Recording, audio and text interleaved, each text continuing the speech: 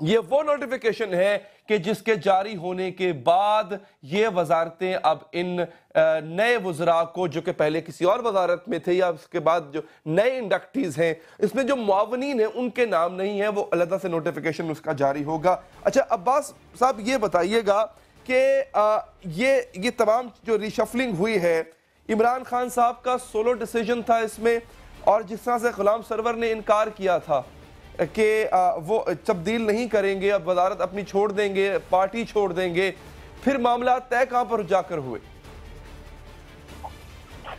دیکھیں یہ عمران خان کا سولو ڈیسیجن ہے اور یہ آج کا ڈیسیجن نہیں ہے. یہ کافی دنوں سے معاملات جو ہیں وہ چل رہے تھے مختلف وزراء کے حوالے سے.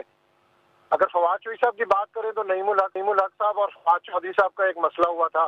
ٹھیک ہے. ایم ڈی ارشد خان کو نوٹیفائی کیا ڈی نوٹیفائی کیا ہٹایا فواد چودھری صاحب نے فوری طور پر. وزیر اعظم ہاؤس کی طرف سے یہ بتایا گیا کہ وزیر اعظم کے علم میں وہ بھی نہیں تھا کیونکہ وہ نعیم الحق کے خاص آدمی تھے.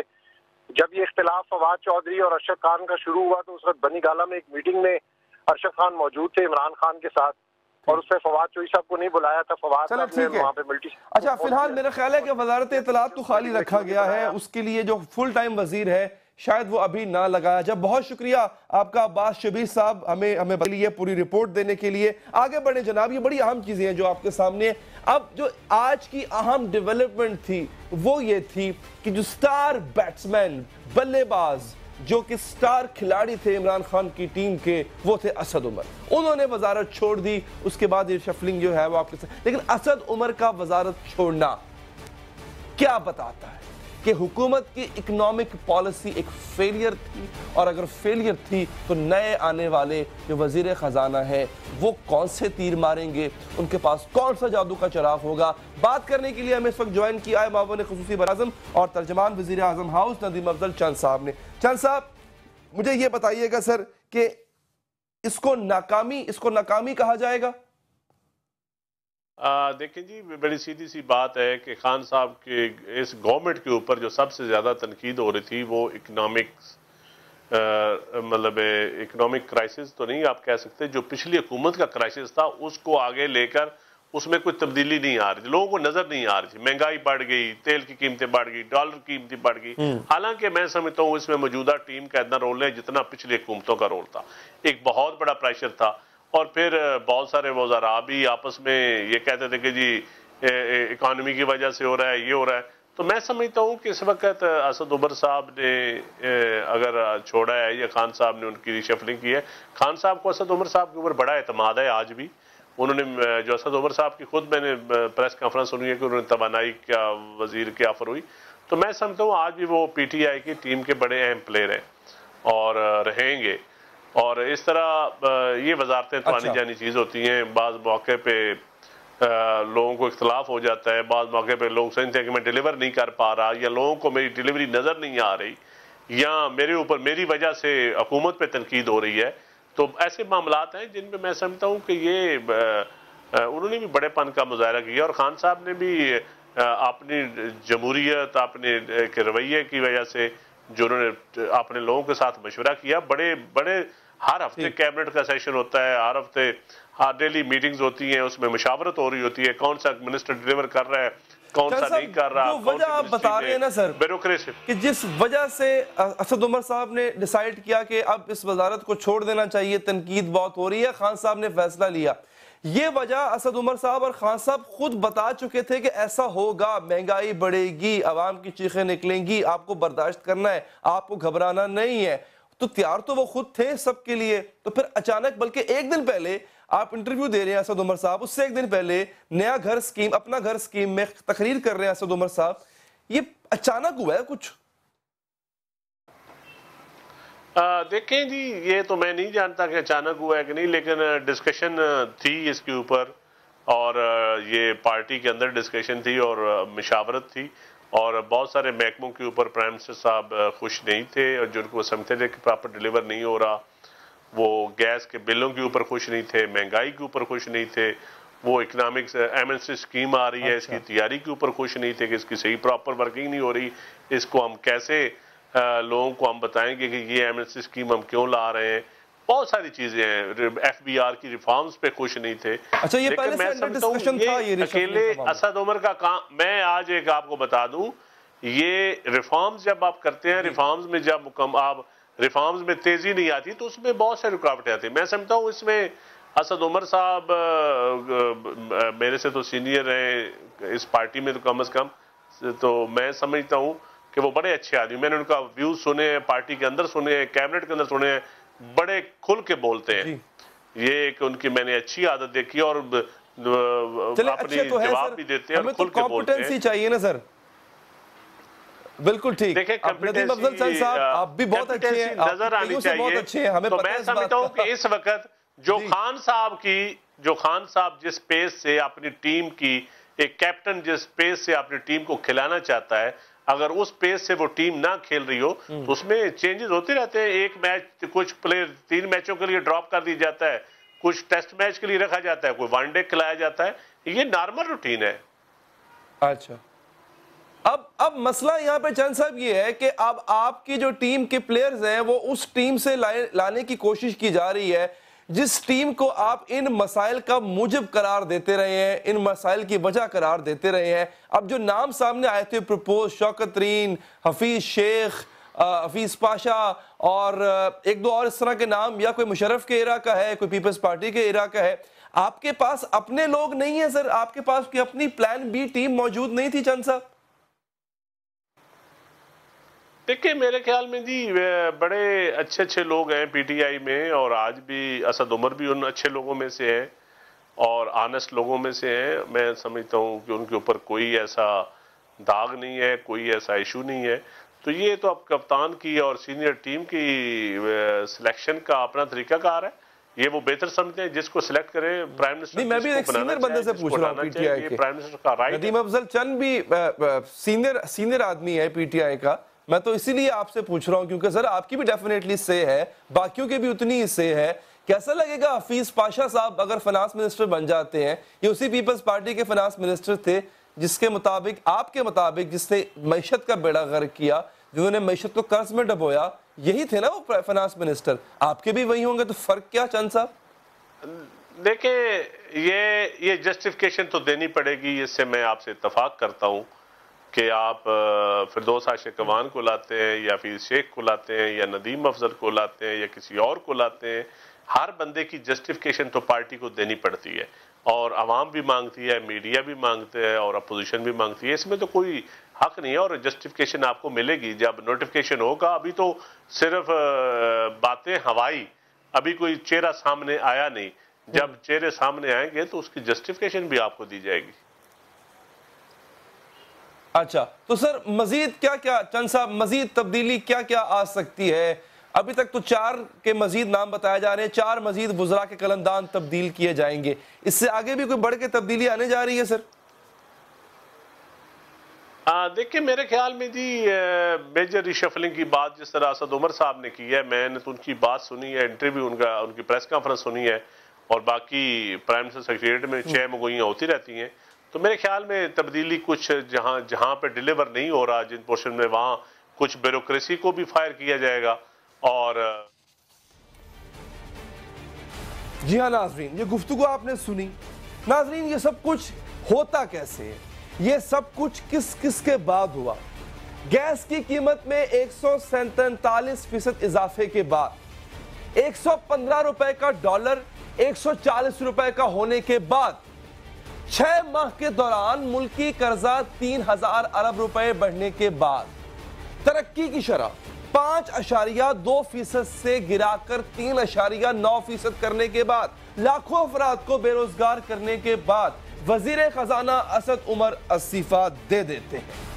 وزیر خزانہ کا جانا تو ٹھہر چکا تھا, لیکن پھر بھی ناظرین اسد عمر کے وزارت چھوڑنے کے فیصلے سے حیرت ہوئی. میڈیا کی خبریں اپنی جگہ, لیکن اسد عمر کے لیے ابھی کل تک سب ٹھیک تھا. میں اس کو آپ کو بریک کے بعد بتاؤں گا کہ ایگزیکٹلی اس کے پیچھے محرکات کیا تھے.